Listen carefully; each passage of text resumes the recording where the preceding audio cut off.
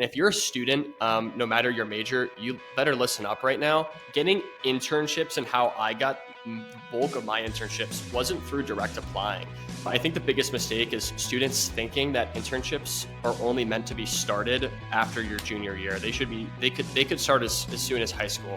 Recruiters and hiring managers aren't against you. In fact, they want you to be good because they don't want to spend their time trying to find good talent. They want the first interviewee to be absolutely spectacular. So that's just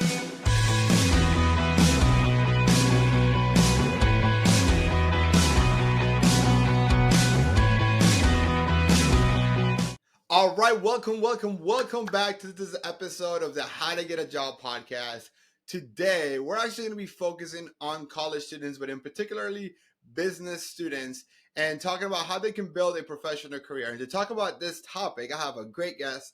I have Keegan Santasiere, and Keegan not only was a business student with a really successful background who has did awesome internships, but he also is the founder of Business Student Insider.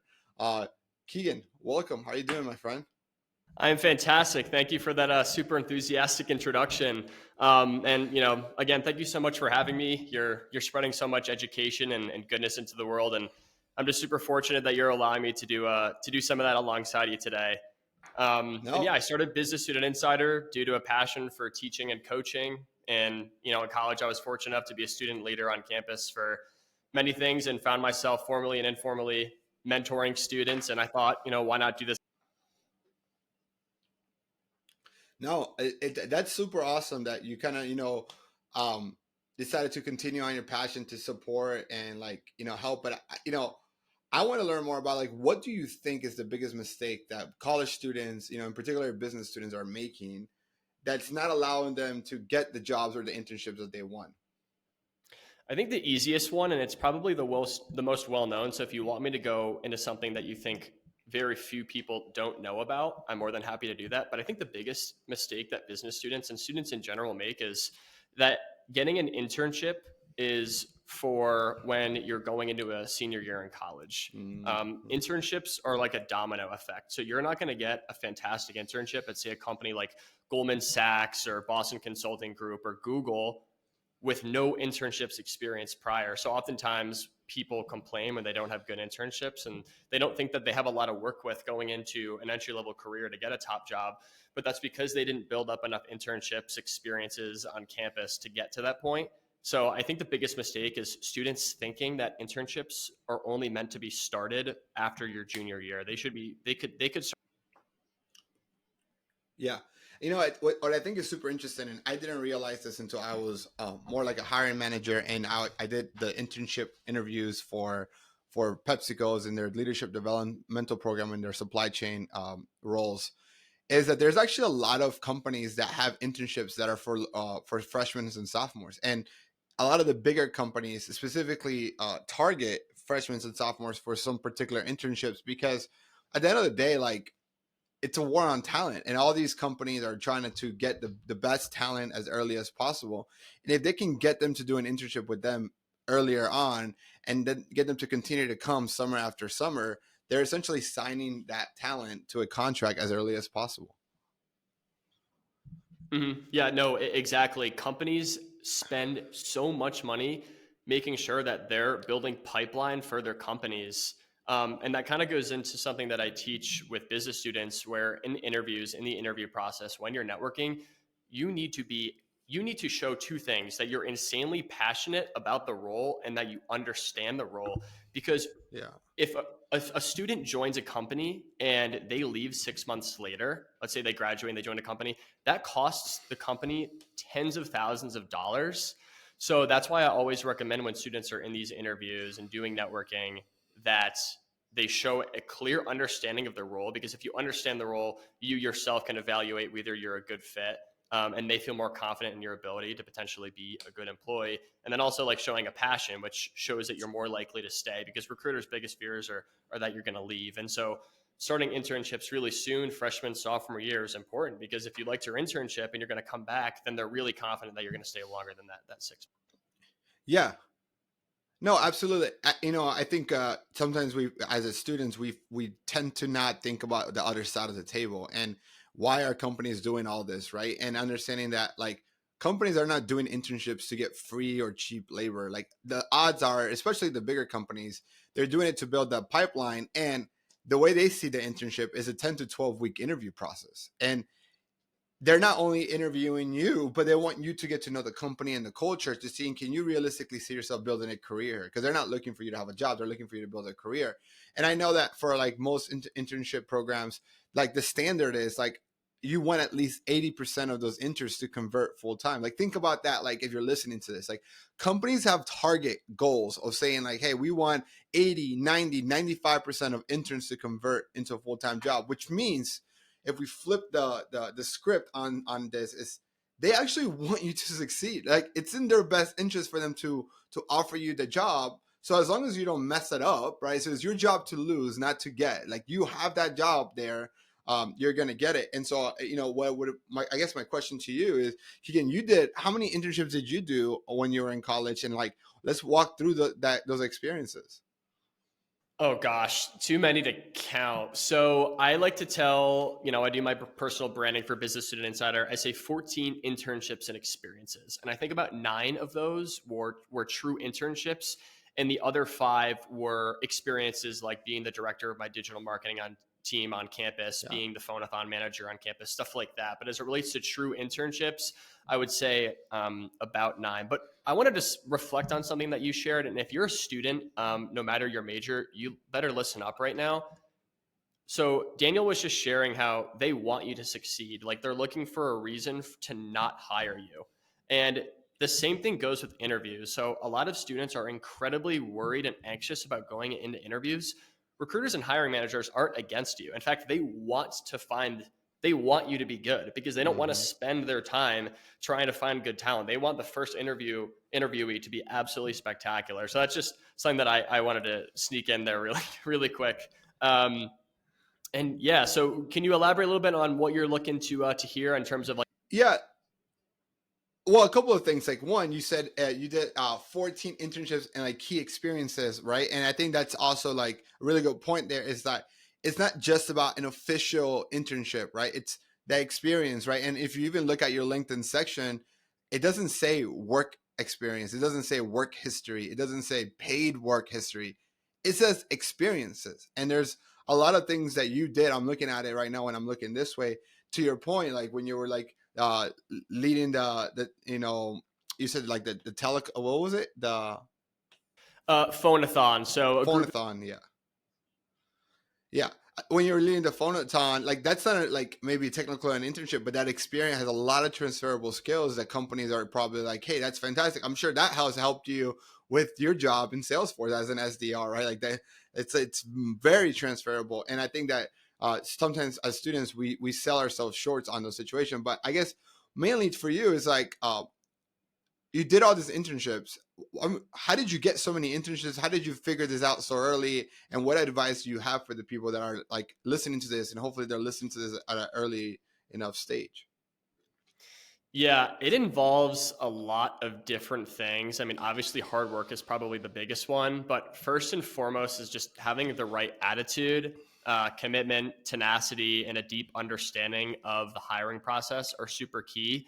Um, so, what I like to say with attitude is hard work is all relative. So, some students think that applying to 20 internships in a month is hard work, and others think that applying to 20 internships in 1 week is hard work. So hard work is very relative. So a lot of gurus and people out there, maybe even people on your podcast have said you just have to work hard, but it's all relative. So you need to change your mindset into thinking that applying to potentially 20 internships is standard. And then I've been mentioning applying as well, but getting internships and how I got the bulk of my internships wasn't through direct applying. It's a lot of cold calling and a lot of cold emailing. And although those are more difficult in essence, if you do 5 cold calls to a company and email 2 of their employees versus apply to 30 companies, you're more likely to get an interview with those 5 companies that you cold call or cold email and research than just doing a blast of 30 applications in a week. So that's, I would say, just cold outreach was the best way that I was able to find a bulk of those internships. For Salesforce, I applied. I crushed the interview process. Same thing with the Hartford Yard Goats, but everything else, I pretty much created my own opportunities, and I was reaching out to the hiring manager, sending them a cold email or a cold call. And obviously, there's so many more things that we could go into, like networking, personal branding. I think personal branding is just so important for students. The whole part about personal branding, and you basically can do this all on LinkedIn, is just showing people that you're worth hiring. Um, and also like just personal selling is super super important as well. And I'm trying to figure out a good way that I can eloquate this. I would say personal branding as it relates to creating a demand for your employment. So get the business community, people that follow you on LinkedIn, to have confidence in you as a respected, high caliber young professional. Get the business community to have confidence in you. Earn a reputation for quality performance, so that you're talked about. Establish yourself as a student leader that's perceived as a leader. Stand in front of a group and tell them you are. Get involved in a group and lead them. Um, Show up everywhere. Go to networking events, network with your peers, be known as an innovator, separate yourself from the competition, get in front of the pack, do all that kind of stuff. Um, and really, just you want to build an image of being a consistent positive performer by associating with quality things and people, and get talked about in a positive way. So how I was able to do that throughout college was just really sitting down and drafting up these great LinkedIn posts. And I oftentimes would have people reach out to me asking like, hey, are you looking for an internship? So it was almost, because I was doing all that work so well, I was getting inbound leads as opposed to having to do a bunch of outbound. And I know I mentioned I did outbound as well, but it was kind of a combination of both. So that's kind of what I'd Yeah. say, like really strong personal branding, Mhm. networking. Yeah, I don't know, but I think what's interesting because like I'm going. By the way, if you're listening to this, I'm going to put a link to Keegan's LinkedIn profile on the show notes. But I want you guys to look at it. One, to connect with him, but two, look at how well he's done at building his brand on LinkedIn. Um and I say that, and if you're watching the video format of this, I'm actually going to, for the first time, try something, and I want to share my screen. So like if you're watching, you can see what I'm talking about here. Look, um, what's really interesting, and that anybody that's looking for a job can do as a college student, recent grad, anybody, is his ability to just brand himself. One, two, I think you did such a good job at creating content, but how detailed your experience section is, it's awesome, right? Because you treated it like, even if it was a 1 month project, right? Like where I forgot where it was. He was here. Like I don't even think it's a month. Like I think you support it at the Super Bowl, right? But you talked about I talk about it here. No one might, you're not going to have someone read every word on his LinkedIn. Odds are most recruiters won't, but they'll glance through it and they can see that he put time and dedication to it, which means that translate to, like, for me as a recruiter, if I'm looking at Keegan's profile, I won't read every word, but I could tell he cares enough about his career to take it seriously, because he's being very detail oriented, meticulous. He's sharing his experience, sometimes oversharing, which is not a bad thing because it allows me to gather more and more information to make an educated decision. And what this prompts me to want to do is at least get to know him and interview him. And so I'm sure this made it really easy for you to get interviews. And like you mentioned, you do a job, an internship now as a full-time employee there.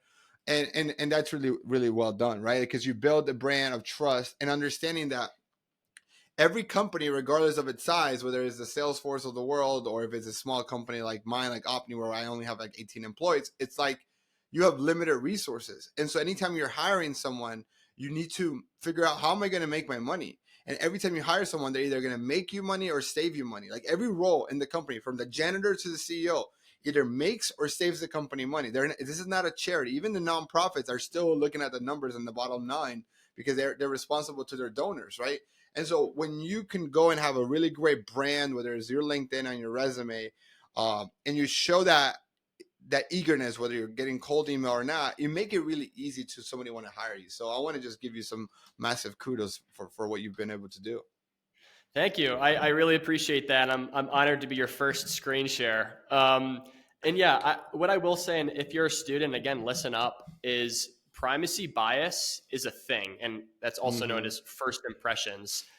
There are so many things that students don't think of. They're just like, if I have a good resume and I can talk to people, I'll get the role. But you want to get, A plus effort with those little things too. So there's two big things that I like to teach as it relates to primacy bias. Number one is just having a great online presence, which is basically just your LinkedIn these days. So you want them to look at your LinkedIn and your status. If your LinkedIn is really strong and you have posts that are pinned and featured and you have a really Hmm. strong headline, your status is going to go up in their mind. So you're going to have to, like, for you not to get that, next interview, let's say, you're going to have to do worse than someone who has a normal LinkedIn page that's very average, because your status is elevated after they see Yeah. that LinkedIn. So if I was ever a very bad interviewer, I raised my status with such a good LinkedIn that I wasn't brought down enough for them to potentially not want to move me on in the interview process. And then that other bucket, it's very simple. I'm creating an ebook right now where I've interviewed 25 plus hiring managers across Fortune 500 companies, CEOs of startups. And a lot of people have actually mentioned that an email is really important to first impressions. So I've been told, if your email is, let's say like Keegan Santa 12345 at gmail.com, just seems super unprofessional. So emails, first name dot last name, or first name last name at gmail.com, first initial last name at gmail.com, really, really important. So if you're a student, make sure that your email is professional. I know that was a little bit. Yeah, no, no, that's a really good point. And going back to your the biases that you were sharing, it's like we talk about that in our program with our clients to tell them that like there's this psychological term of like halo and horn effect. And so when someone looks at it and they're super impressed by your LinkedIn, or somebody refers you to someone, right? They have this halo effect. So when you do go to the interview and let's say you're really nervous, they're actually going to give you the benefit of that and be like, oh, like, Keegan cares so much, he's just nervous. Versus if they have a negative impression of you and they have a horn effect, which works the opposite, they're, no matter what you say, they're going to be like, they're just going to not give you the benefit of the doubt, right? They're going to be like, oh, this guy's just unprepared, right? And so it's so true. It's so true. It's really, really true. Another thing I kind of like wanted to talk through about is, where did you get that the drive to want to be a leader? I'm noticing a lot of times, through our conversations, either before today, even when I look at your LinkedIn, um, you've learned a really valuable skills that I wish people would learn sooner, and that is that you don't need the title to be a leader. And it seems to me that this continues to repeat in your life, where you see an opportunity and you step up for it, and then you just become the leader, whether there's a title involved or not. You seem to do that, or maybe I'm seeing it wrong. Yeah, no, I definitely liked to wear opportunity goggles. I like to think of myself as very ambitious, and I know many students are, but sometimes students aren't sure how to get to that point. And I actually just recently made a post that goes something like, the the student leaders on campus didn't get lucky. They have the magic, and it's the magic you don't have because the magic's hidden in the effort that you're not aiming for, or the effort that you're Hmm. not doing. And I say effort because it's not just hard work; it's also intelligent work. Kind of like the interview process. You could be applying to 100 roles, but there could all be general applications, not a tailored resume. So you're being busy as opposed to being effective.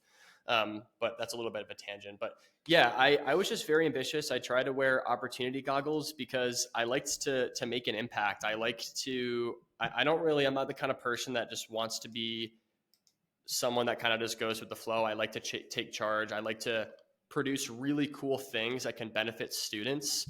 So in college, I had networked with a vice president of sales for an NFL team, a massive organization. We got along really well. I was mentioning how I was interested in potentially starting a sports sales club on campus because my roots is actually a sport management business focus in college.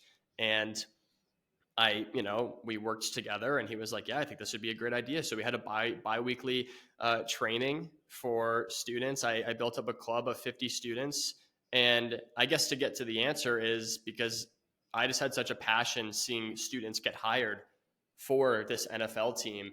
And, getting their text and saying like, hey, if it weren't for you, like, I don't know where I would be. Like, this job is a dream come true. That's just kind of what does it for me. And with everything that I led, it was kind of my goal to get to that point. And sometimes, things worked out and sometimes things didn't, but ultimately just like making an impact. Same thing when I was the president of my peer advisors organization on campus, helping students get roles for Fortune 500 companies, the New York Jets. Just puts a smile on my face.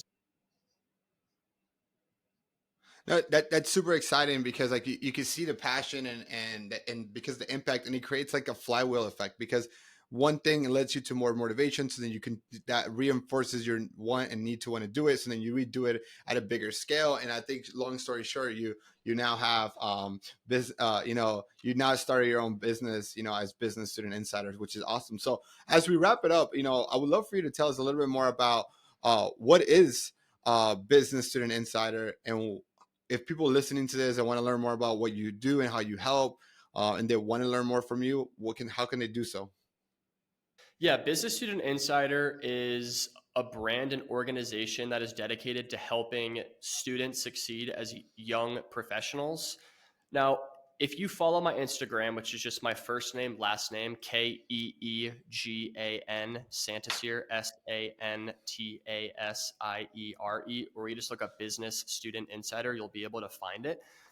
It's going to benefit all students. The focus you'll clearly see is around business students, but I have a lot of students that aren't business students that are, constantly messaging me for certain resources for computer science or any other, like biology. Even I had a student at Stanford asking for help, and he was a biology student. So I'd like to think that my platforms could help everyone. Focus definitely is on business students, but really just dedicated to bridging that gap between really undervalued career centers and students that are just seeming to be lost at sea. I think a lot of career centers, the professional development is super undervalued on campus. So trying to bridge that gap and help students.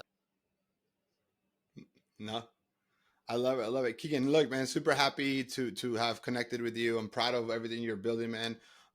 Like, I'm really excited to see what you do moving forward with your business, and continue to support and make an impact. You're one of those individuals that continues to create a ripple effect wherever you're at.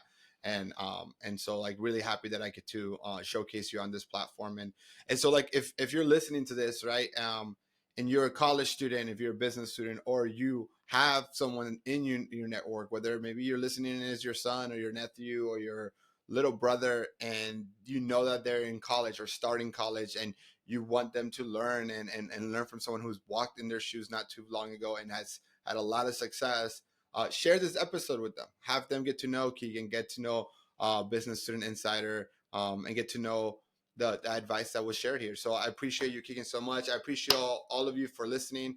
If you haven't done so already, please like and subscribe. Thank you guys for listening, and catch you guys in the next episode.